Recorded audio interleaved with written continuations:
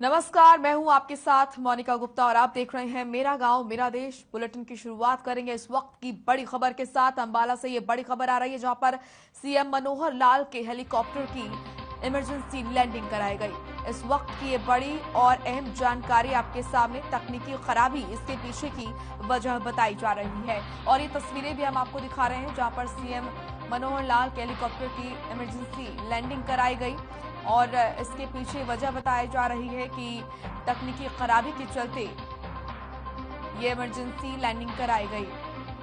CM Manohar Lal समेत यात्री भी सुरक्षित। बड़ी और अहम जानकारी आपके सामने। सीएम के हेलीकॉप्टर की इमरजेंसी लैंडिंग कराई गई। अंबाला पुलिस लाइन मैदान में उतारा गया हेलीकॉप्टर। ये तस्वीरें भी आपको दिखा रहे हैं। तकनीकी खराबी इसके पीछे वजह बताई जा रही है। सीएम मनोहर लाल समेत सभी यात्री सुरक्षित हैं।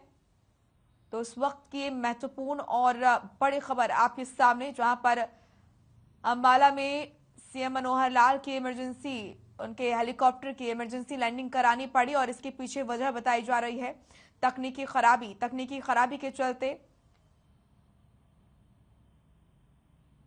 प्रदेश के मुखिया सीएम मनोहर लाल के हेलीकॉप्टर की इमरजेंसी लैंडिंग करानी पड़ी। वहीं उनके साथ साथ सभी यात्री सुरक्षित हैं। तो ये तस्वीरें भी हम आपको दिखा रहे हैं अंबाला से जहां पर सीएम मनोहर लाल के हेलीकॉप्टर की इमरजेंसी लैंडिंग करानी पड़ी। बताया जा रहा है कि तकनीकी खराबी की वजह से ये इमरजेंसी लैंडिंग करानी पड़ी। वहीं प्रदेश के मुखिया सीएम मनोहर लाल और साथ ही सभी यात्री सुरक्षित हैं। इस वक्त की ये बड़ी और अहम जानकारी आपके सामने। सीएम मनोहर लाल के हेलीकॉप्टर की इमरजेंसी लैंडिंग करानी पड़ी। तकनीकी खराबी के चलते बताया जा रहा है कि ये इमरजेंसी लैंडिंग करानी पड़ी। चंडीगढ़ से आशीष अग्रवाल हमारे साथ जुड़े हैं, एग्जीक्यूटिव एडिटर हैं। आशीष जी, ये बड़ी खबर आ रही है जहां पर सीएम मनोहर लाल के हेलीकॉप्टर की इमरजेंसी लैंडिंग करानी पड़ी। इसके पीछे की वजह बताई जा रही है कि तकनीकी खराबी है। क्या कुछ अपडेट इस पूरे मामले को लेकर? बिल्कुल, देखिए आपको बता दूं कि अब से कुछ देर पहले का ये पूरा मामला है और अंबाला शहर के पुलिस लाइन ग्राउंड में मुख्यमंत्री का जो हेलीकॉप्टर है उसकी आपात लैंडिंग कराई गई है। कारण जो है वो तकनीकी बताए जा रहे हैं, लेकिन अभी तक पुष्टि पूरी तरह से नहीं हुई है कि तकनीकी कारणों के चलते ही ये समस्या आई या कोई और कारण थे। इसको लेकर अभी कुछ भी कहना मैं समझता हूँ कि जल्दबाजी होगी, लेकिन प्राथमिक जानकारी जो निकलकर सामने आ रही है उसमें यही सामने आया है कि तकनीकी समस्याओं के चलते मुख्यमंत्री के जो हेलीकॉप्टर है उसकी आपात लैंडिंग अंबाला शहर के पुलिस लाइन ग्राउंड में कराई गई है। हालांकि मुख्यमंत्री के हेलीकॉप्टर की आपात लैंडिंग की सूचना मिलते ही जिले के तमाम जो अधिकारी हैं वो मौके पर पहुंच चुके थे और तमाम एहतियात बरतने के लिए चाहे वो फायर ब्रिगेड हो, एम्बुलेंस हो, उनको भी स्टैंड बाय रखा गया था, उनको भी हिदायतें दे दी गई थी। लेकिन अब जो आपात लैंडिंग थी वो पूरी तरह से सुरक्षित हुई है, ऐसी जानकारी आ रही है। जी आशीष, क्या खबर मिल रही है? कहां से आ रहे थे सीएम मनोहर लाल और क्या उनका प्रोग्राम था जिस दौरान ये इमरजेंसी लैंडिंग करानी पड़ी और हेलीकॉप्टर में इस दौरान कौन कौन मौजूद था? बिल्कुल, देखिए क्योंकि मैंने आपको जैसा बताया कि कुछ देर पहले का ही ये पूरा वाकया है, तो इन तमाम जो सवालों के जवाब हैं वो हम भी जुटा रहे हैं और पूरी जो जानकारी है वो जिले के प्रशासनिक अधिकारियों की ओर से अभी साझा नहीं की गई है, उसी का इंतजार किया जा रहा है पूरे मीडिया के द्वारा। लेकिन जो प्राथमिक जानकारी सामने आई है उससे दो चीजें स्पष्ट हो गई हैं कि मुख्यमंत्री के हेलीकॉप्टर की आपात लैंडिंग हुई है और ये जो लैंडिंग है वो पूरी तरह सुरक्षित हुई है। किसी भी तरह की यहाँ पर जो समस्याएं थी उनसे निपटने के लिए पहले ही जो तमाम इंतजाम है वो जिला प्रशासन अंबाला की ओर से कर लिए गए थे। चलिए, रात की बात इस बीच ये है कि सभी सुरक्षित हैं। बहुत बहुत शुक्रिया आपका आशीष जी, हमारे साथ जुड़ने के लिए, तमाम महत्वपूर्ण जानकारी देने के लिए। तो सीएम मनोहर लाल के हेलीकॉप्टर की इमरजेंसी लैंडिंग करानी पड़ी और इसके पीछे वजह बताई जा रही है तकनीकी खराबी। फिलहाल अभी तक सूत्रों के हवाले से जो खबर आ रही है वो ये कि तकनीकी खराबी के चलते ये इमरजेंसी लैंडिंग करानी पड़ी। और राहत की बात इस बीच ये है कि हेलीकॉप्टर में मौजूद सीएम मनोहर लाल और इसी के साथ जो और यात्री थे वो फिलहाल सुरक्षित हैं। वहीं भिवानी में उप मुख्यमंत्री दुष्यंत चौटाला पहुंचे। इस दौरान उन्होंने लोगों की समस्याएं सुनी और मौके पर निपटान भी किया। दुष्यंत चौटाला ने इस दौरान पत्रकारों से बातचीत की और अजय सिंह चौटाला के जेल से सजा काटने के बाद वापस लौटने पर बोलते हुए कहा कि उन्होंने ऐसी सजा काटी है जो अपराध उन्होंने किया ही नहीं। दुष्यंत चौटाला से उनके पिता अजय सिंह चौटाला को लेकर पूछा गया तो उन्होंने कहा कि चुनाव लड़ने के बारे में पूछे जाने पर उन्होंने कहा कि कानूनी रूप से देखा जाएगा और कोर्ट से आग्रह भी किया जाएगा। देखिए 9 साल का संघर्ष जहां डॉक्टर अजय सिंह चौटाला जी ना तो इन्वॉल्व, उसके बाद भी उनने अपने जीवन के अंदर वो कठिनाई देखी और अपना टर्म पूरा करके आज हमारे बीच में वापस पूरे जोश के साथ आए हैं। मैं मानता हूँ संगठन के भी मजबूती मिलेगी और एक एक कार्यकर्ता के अंदर भी एक नया जोश आपको दिखेगा और आने वाले दिनों के अंदर जो हम संगठन विस्तार और मेंबरशिप अभियान चला रहे वहीं जींद पहुंचे टीएमसी नेता अशोक तंवर ने कांग्रेस और बीजेपी पर जमकर निशाना साधा।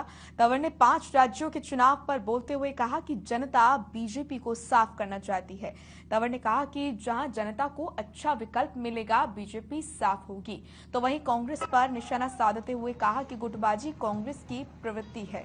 जानकारी देते हुए तंवर ने बताया कि जल्द ही ममता बनर्जी हरियाणा पहुंचेंगे और प्रदेश में भी इस संगठन का विस्तार किया जाएगा। आमिर जाखोली जी भी पूरी टीम के साथ पहुंचे हैं। हम सभी साथियों का स्वागत करते हैं यहां पहुंचने पर।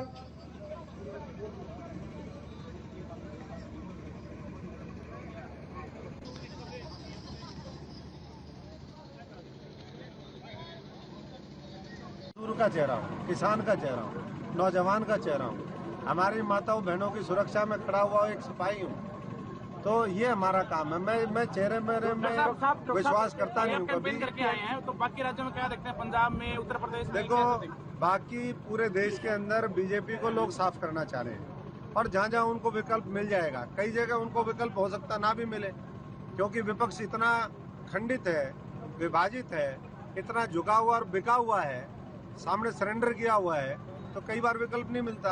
यूपी में मैं पूरे देश की बात कर रहा हूँ, लेकिन हम आने वाले समय में तृणमूल कांग्रेस पूरे देश के अंदर अपना संगठन का विस्तार करेगी। ममता जी के नेतृत्व में हम अच्छे सहयोगी ढूंढेंगे और हरियाणा के अंदर अगली सरकार तृणमूल कांग्रेस की सरकार वो आप लोगों के सहयोग से, पूरे हरियाणा वासियों के सहयोग से, हमारे 36 बिरादरी का आशीर्वाद लेकर के वो बनाने का हम काम करेंगे।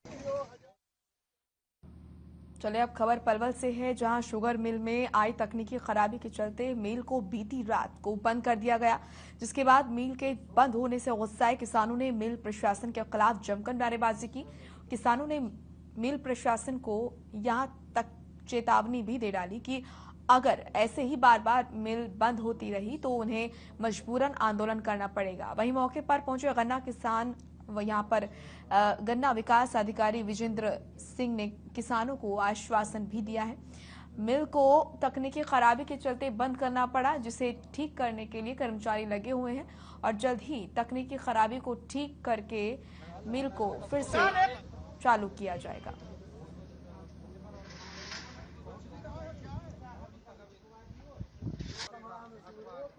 आज किसान कल रात को मिल बंद हुई और अभी तक चली नहीं है, उसके बारे में किसान मिले थे। तो ये टेक्निकल फॉल्ट हैं, चैन का है, आईडी मोटर का है, बॉलर के हैं और इसके वजह से जो है मिल चल नहीं पाई। बीच में मोटर भी बदली लेकिन 20 मिनट बाद फिर वो भी फूक गई, तो इस वजह से इसमें देरी हो गई। अभी 1-1.5 घंटे बाद मैंने आश्वासन दिया है कि मिल चल जाएगी, चीफ इंजीनियर से बात करने के बाद। हम कल सुबह के ट्रैक्टर लेके घर से चले हैं, जितने यहाँ किसान खड़े हैं तकरीबन 1 बजे शुगर मिल खराब हो गया। अब शुगर मिल खराब होने के बाद अब तक कल 1 बजने के बाद आज दूसरे 24 घंटे के बाद 1 बजने को जा रहा है, अभी तक यहाँ कोई प्रशासन का अधिकारी किसी किसान की कोई बात, हानि लाभ की, जीवन मरण की, हारी बीमारी की, सर्दी की, जुकाम की, खाने की, पीने की यहाँ कोई व्यवस्था नहीं है।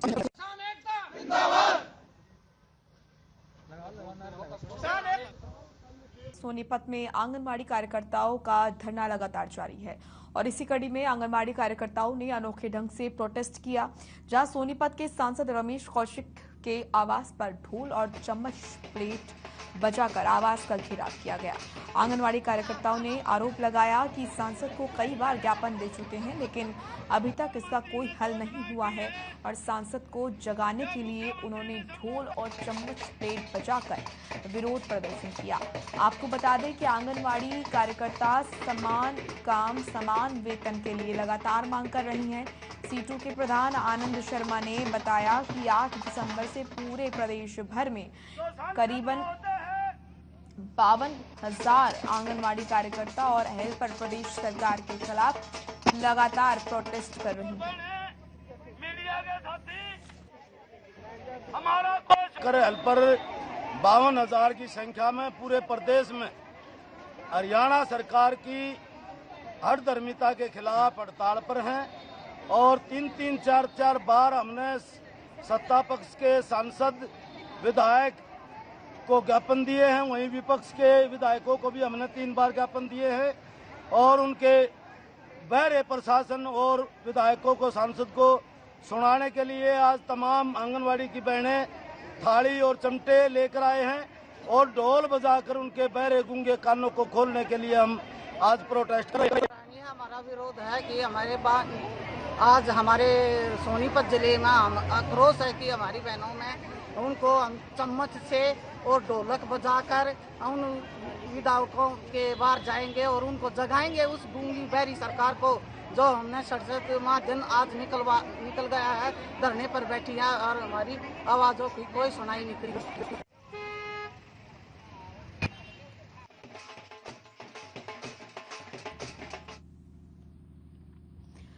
वहीं केंद्रीय गृह राज्य मंत्री अजय मिश्र के बेटे आशीष मिश्र की जमानत के विरोध में सोनीपत में किसान लघु सचिवालय पहुंचे, जहां उन्होंने आशीष मिश्रा के शव यात्रा निकालकर पुतला जलाया। किसानों ने कहा कि लखीमपुर खीरी में मंत्री के बेटे ने भोले भाले किसानों पर गाड़ी चढ़ाकर उन्हें मौत की नींद सुला दी। जांच में एसआईटी ने भी माना था कि आशीष मिश्रा ने जानबूझकर किसानों पर गाड़ी चढ़ाई, लेकिन चुनावी फायदा लेने के लिए सरकार ने उसे जमानत पर रिहा कर दिया, जिसका किसान विरोध करते हैं और मांग करते हैं कि उसकी जमानत रद्द कर उसे जेल में डाला जाए। पुतला जलाकर रोष प्रकट करना चाहते हैं कि और इस पूरी देश की जनता को ये बताना चाह रहे हैं कि बीजेपी सरकार 2 तरह के कानून को लागू करती है, एक आम आदमियों के लिए, एक उनकी जो सरकार में बैठे हुए मंत्री और उनके बच्चों के लिए। एक मंत्री के बेटे ने सरेआम किसानों को कुचल दिया, इतनी बुरी तरह से रौंद दिया। सबके पास वीडियो है, सारे सबूत होने के बावजूद भी उसको आज रिहाई दे दी गई है। इस वजह से हम लोग रोष प्रकट करते हुए उसका पुतला जलाया है। जिला हेडक्वार्टर पे माननीय राष्ट्रपति के नाम ज्ञापन सौंपा गया है। जो आशीष मिश्रा है, जो इस किसानों को रौंदने वाला का मुख्य आरोपी है, गाड़ी चढ़ा के जिसने रौंद दिया था, उसकी बहुत जल्दी एसआईटी की रिपोर्ट में यह भी आ गया था कि मुख्य आरोपी है, इसने षड्यंत्र के तहत ऐसा किया है, लेकिन उसका पिताजी गृह राज्य मंत्री है, उसके चलते इसको जमानत दे दी गई है। इस बात को लेकर पूरे देश के किसान और मजदूरों में रोष है। ये कानून की भी हत्या है और शासन और प्रशासन की भी हत्या है। हमारी मांग है कि इसकी जमानत तुरंत रद्द की जाए।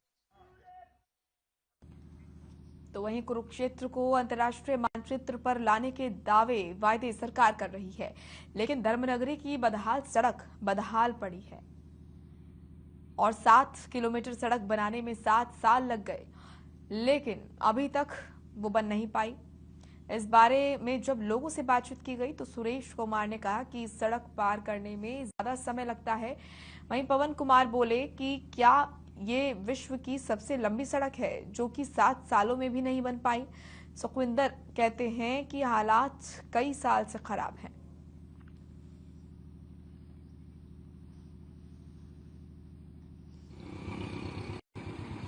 सबसे पहले तो मैं आपके चैनल को धन्यवाद करना चाहता हूं, जिसने इस मुद्दे को गंभीरता से उठाया। कि ये सड़क की लंबाई कितनी है, पर मुझे लगता है विश्व की सबसे लंबी सड़क ही यही है, क्योंकि इसका काम ही 7 साल से चल रहा है। अभी मैं रोजाना पीपड़ी से कुरुक्षेत्र विश्वविद्यालय में पढ़ने के लिए सुबह सुबह आता हूँ और रोजाना 1 घंटे पहले ही चलना पड़ता है। ये सारा 7-8 किलोमीटर का रास्ता है जो 20 से 25 मिनट का रास्ता है। 1 घंटा पहले हम घर से चलते हैं और तब जाकर कहीं विश्वविद्यालय में पहुंचते हैं। और कैसे पहुंचते हैं उसका भी हालत मैं आपको बताता हूँ। धूल इतनी है रास्ते में कि हमारे कपड़े बिल्कुल ही गंदे हो जाते हैं। दिल्ली ऑटो के चिमटे टूटा, बुरा हाल है। बस कहने का मतलब क्या, अभी नुकसान ही ऑटो वालों का, तो बुरा हाल है। ऑटो बंद करेंगे, परेशान इतने हैं जी, बस बुरा हाल हमारा। तो सारा दिन तेल फूंका, उनका चिमटे टूट जा, तो क्या कहा। तो जैसे आप ऑटो चलाते हो तो सवारियों को भी दिक्कत आती है? सवारी को दिक्कत, लेडीज सवारी जो बैठी होती है उनको दिक्कत है। लेडीज सवारी को प्रेगनेंसी है, बच्चा होने वाला है, उसको हम बिल्कुल आराम से जाता है, फिर भी दिक्कत है, बहुत ज्यादा दिक्कत है। क्या करें।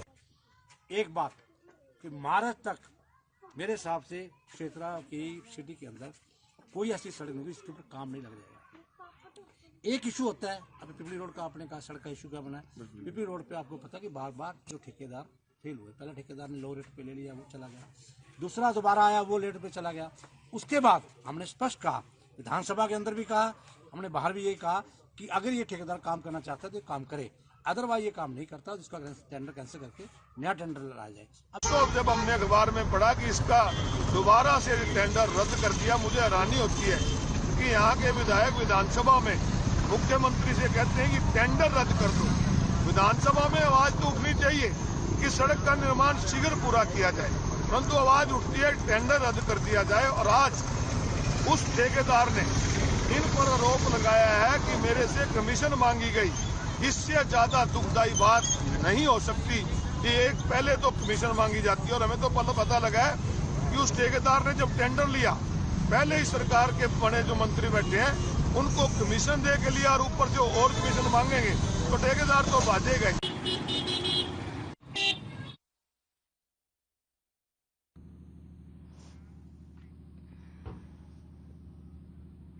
तो वहीं पानीपत के तहसील कैंप रामनगर से एक दिल दहला देने वाला मामला सामने आया है, जहां एक 17 वर्षीय पारस नाम के छात्र की सिर में गीजर की गैस चढ़ने से मौत हो गई। दरअसल मृतक पारस हर रोज की तरह स्कूल में जाने के लिए नहाने के लिए गया था, लेकिन जब वो आधे घंटे तक बाहर नहीं निकला तो परिजनों को किसी अनहोनी की आशंका हुई और दरवाजा तोड़ दिया और देखा कि पारस बाथरूम में बेहोश अवस्था में पड़ा था और गीजर खुला हुआ था।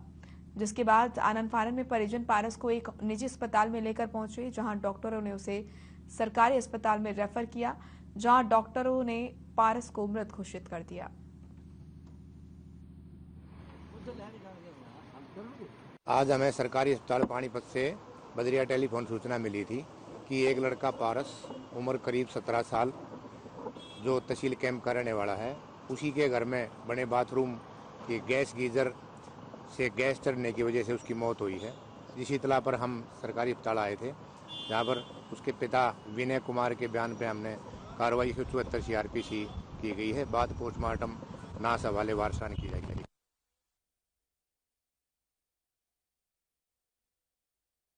चरखी दादरी से खबर, जहां पर चरखी दादरी जिले के गांव झोंझू कला में खिलाड़ी, यहां पर आपको बता दें कि स्वागत यहां पर किया गया और इस दौरान पूर्व सरपंच दलवीर सिंह गांधी ने बताया कि हम सबके लिए गौरव की बात है कि वेस्टइंडीज में आयोजित अंडर 19 वर्ल्ड कप प्रतियोगिता में गोल्ड मेडल जीता गया। इसमें गांव के गर्व सांगवान ने भी अच्छा प्रदर्शन किया। तो वहीं गर्व सांगवान ने गांव में सम्मान समारोह का आयोजन करने पर लोगों का आभार जताया।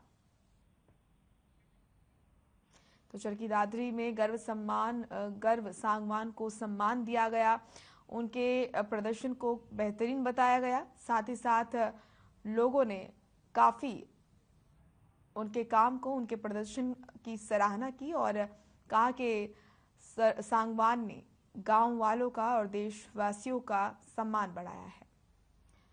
खबर रेवाड़ी से है, जहां बच्चों और अभिभावकों ने शिक्षा अधिनियम 134A के तहत नंबर आने पर दाखिला दिलवाने की मांग की है। तो वहीं जिला मौलिक शिक्षा अधिकारी कपिल पूनिया ने ये कहकर बात टाल दी कि जितना मैं कर सकता था उतना मैंने कर दिया। अब आप अपने अधिकारों के लिए कोर्ट जाकर सरकार से लड़ो। जानकारी के लिए आपको बता दें कि 16 दिसंबर 2021 को उन बच्चों को नंबर अलॉट किए गए थे जिन्होंने शिक्षा अधिनियम 134 के तहत परीक्षा दी, लेकिन उन्हें जो स्कूल अलॉट किए गए थे उसमें प्राइवेट स्कूलों के मनमानी के चलते दाखिला नहीं दिया गया है।